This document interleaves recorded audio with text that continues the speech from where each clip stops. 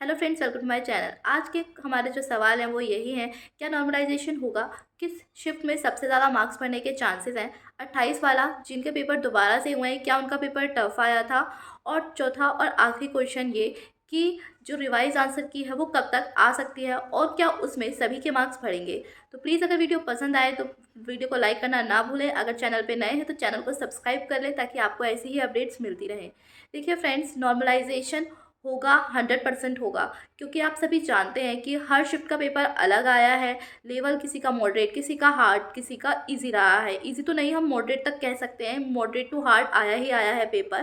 साथ ही साथ कुछ जगह पर चीटिंग भी हो गई है, तो उनका पेपर भी रिकंडक्ट कराया गया है। तो अब उनके पेपर का थोड़ा सा लेवल हार्ड भी आया हुआ है, तो इस वजह से भी जो नॉर्मलाइजेशन है वो किया जाएगा।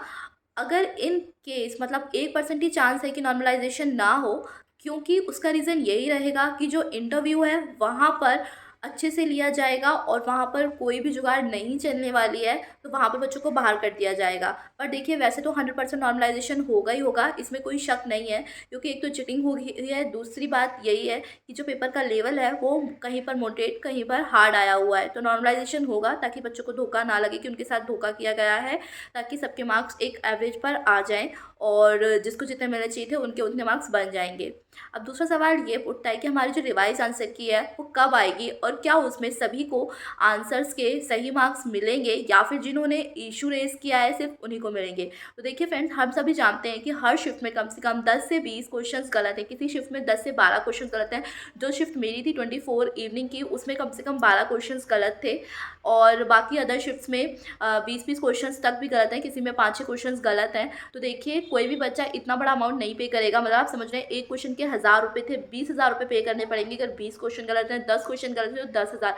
मैं सीरियसली बता रही हूँ, मैंने भी खुद रेज नहीं किए, क्योंकि 10 से 12 क्वेश्चन गलत थे। 10 तो मैं श्योर थी कि वो गलत थे।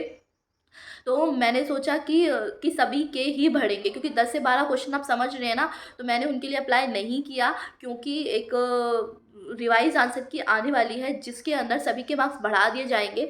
अब ये मत सोचिएगा कि आपके अगर 120 हैं तो वो 130 हो जाएंगे, ऐसा नहीं है, क्योंकि इसकी भी कोई गारंटी नहीं है कि हमने सही आंसर पे टिक किया है या नहीं किया। बस हमें ये पता लग गया कि वो आंसर जो उन्होंने दिया है वो गलत है, लेकिन इसकी क्या गारंटी है कि आपने उसी आंसर पे सही टिक लगाया है जो आंसर करेक्ट है। ठीक है, तो मतलब मैं ये मान सकती हूँ कि 5 नंबर बढ़ जाएंगे, पर 10 के 10 आपने या मैंने सही किया उसकी कोई भी गारंटी नहीं है। ठीक है, तो ऐसा मत सोचिएगा कि पूरे के पूरे अगर 10-12 क्वेश्चन गलत है तो 10 के 10-12 मार्क्स हमें मिलने वाले हैं, ऐसा बिल्कुल भी नहीं है। जितनों पे आपने सही टिक लगाया होगा उतने मार्क्स आपके बढ़ जाएंगे। तो यहाँ पर इसका इशू नहीं आने वाला कि अगर आपने रेज नहीं किया है आंसर की में कोई भी इशू, तो आपके मार्क्स नहीं बढ़ेंगे। बेफिक्र रहिए, आपके मार्क्स आराम से बढ़ जाएंगे। उसके बाद हमारे पास रियल रो स्कोर निकल कर आएगा, तब देखते हैं कि हमारी कट ऑफ कितनी बनती है। And it's all depends upon normalization also. तब हम देखेंगे कि हमारा कट ऑफ में नंबर आ पाता है या नहीं आ पाता है।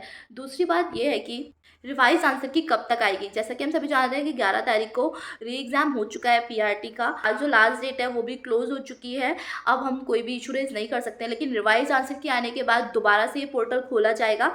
फिर हम अपनी जो भी कोई क्वेरी होगी वो रेज कर सकते हैं। साथ साथ 28 वालों ने जो पेपर दिया है उनके लिए भी सेम यही पोर्टल खोला जाएगा कि अगर उन्हें कोई इशू है तो वो भी इसे रेज कर सकते हैं। तो लगभग ये सारा प्रोसीजर 20 मार्च तक हो जाएगा। तब तक आराम से बैठिए और वेट कीजिए कि रिवाइज आंसर की आ जाए, और होपफुली इस बार केवीएस कोई गलती ना करे, आराम से अच्छे तरीके से हमारी आंसर की को दे, ताकि जो इतने सारे इश्यूज क्रिएट हुए थे वो सारे इश्यूज क्रिएट ना हो। तो बेफिक्र रहिए और होप करिए कि जल्दी से आंसर की आ जाए, वो भी अच्छे से, मतलब बिना किसी गड़बड़ी के। और अपनी इंटरव्यू की तैयारी रखिए, क्योंकि नॉर्मलाइजेशन सारा खेल पलट के रख देगा। तो बेफिक्र रहिए। और हाँ, जो लोग भी आपसे ये कह रहे हैं ना कि अगर आपका 110 प्लस स्कोर है तब भी तैयारी करिए, तो देखिए, मैं आपको डिमोटिवेट तो नहीं करना चाहती हूँ देखिए, लेकिन अगर आपका 110 स्कोर है ना तो कुछ भी नहीं होने वाला है। ये बात मान लीजिए, इतनी कम कट ऑफ नहीं जाएगी। तो जो लोग आपको गुमराह कर रहे हैं उनसे दूर रहिए। साथ ही साथ अब DSSB की वैकेंसीज आने वाली हैं, जैसे कि हम सभी जानते हैं, तो उसकी प्रिपरेशन में लग जाइए।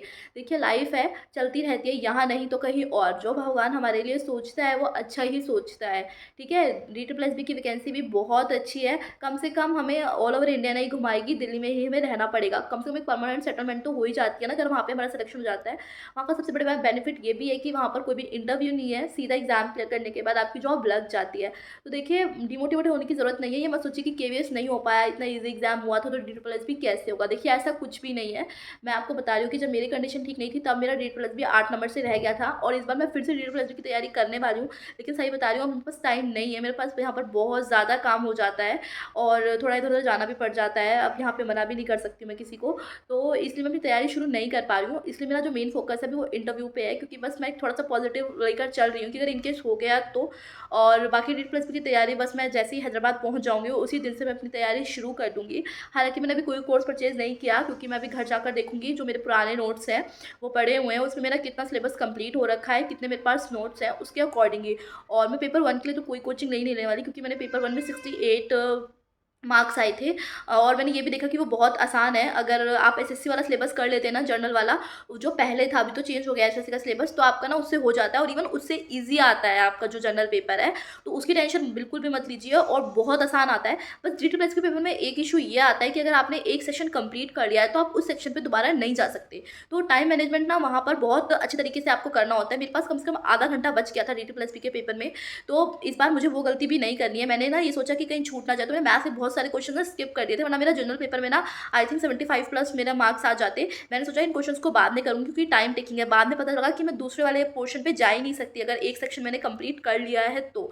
सेम मैंने रीजनिंग में भी 3-4 क्वेश्चन छोड़ दिए थे, इसलिए मैं आपसे कह रही हूँ मेरे 75 प्लस वहाँ पर आ जाते। बट कोई नहीं, लाइफ है मेरा, जैसे कि मैंने आपको बोला, भगवान ने जो हमारे लिए सोच रखा होता है वो अच्छे के लिए सोच रखा होता है। तो बस हमें पढ़ते जाना है, ऐसा नहीं है कि हमें अपनी मेहनत का फल नहीं मिलेगा, मिलेगा, बेफिक्र रहिए। तो मिलते हैं हमारी नेक्स्ट वीडियो में। Bye bye.